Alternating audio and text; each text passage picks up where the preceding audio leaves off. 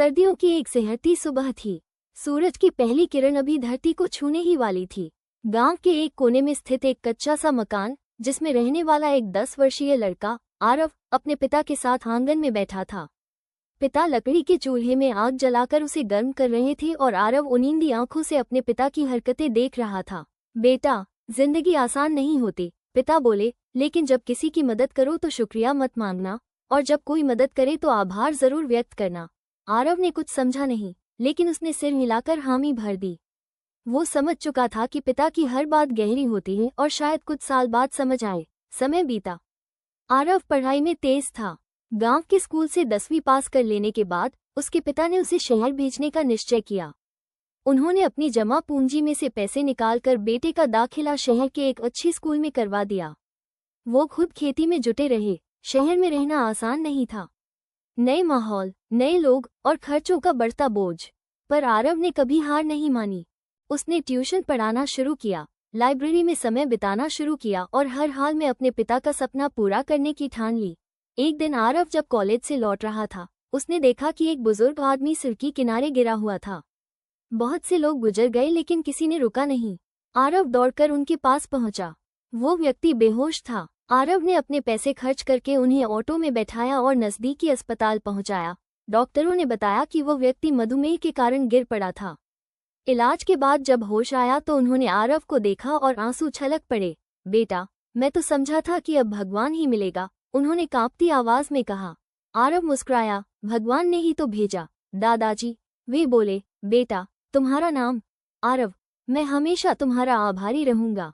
आरव को बचपन की पिता की बात याद आई, जब कोई मदद करे तो आभार जरूर व्यक्त करना। उस दिन वो आभार के असली मतलब को समझ गया। समय के साथ आरव ने इंजीनियरिंग कर ली। एक अच्छी कंपनी में नौकरी भी मिल गई। लेकिन तभी एक दिन पिता की तबीयत बिगड़ गई।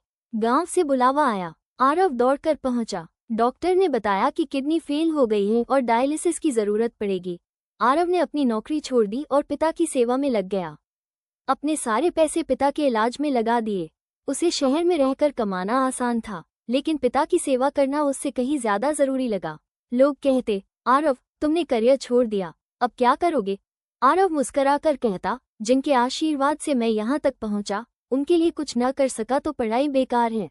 पिता की तबीयत धीरे धीरे संभलने लगी। आरव ने गांव में ही एक छोटा सा स्कूल शुरू किया, जहाँ गरीब बच्चों को मुफ्त शिक्षा दी जाती थी। उसकी माँ ने भी मदद करना शुरू किया।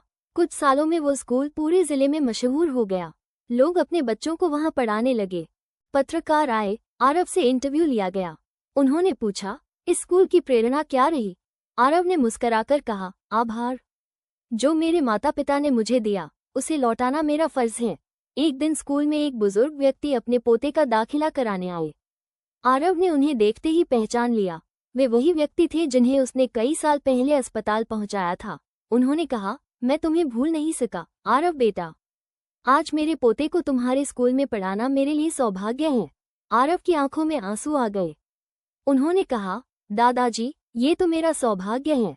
आरव अब एक प्रेरणा बन चुका था। गांव में हर किसी को उसकी जरूरत थी। उसके स्कूल से निकले कई बच्चे अब डॉक्टर, इंजीनियर, शिक्षक बन चुके थे।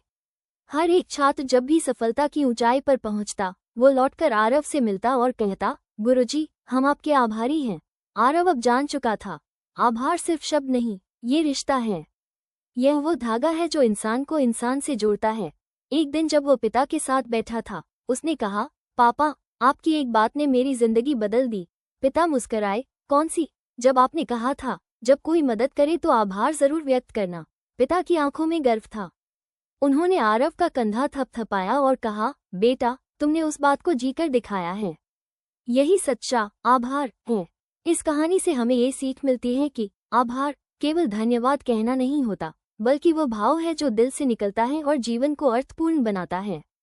जब हम किसी के लिए कुछ करते हैं और जब कोई हमारे लिए कुछ करता है, तो यह आभार ही है जो संबंधों को मजबूत बनाता है। अगर आपको ये कहानी पसंद आए तो please like, share and subscribe करें। Thank you.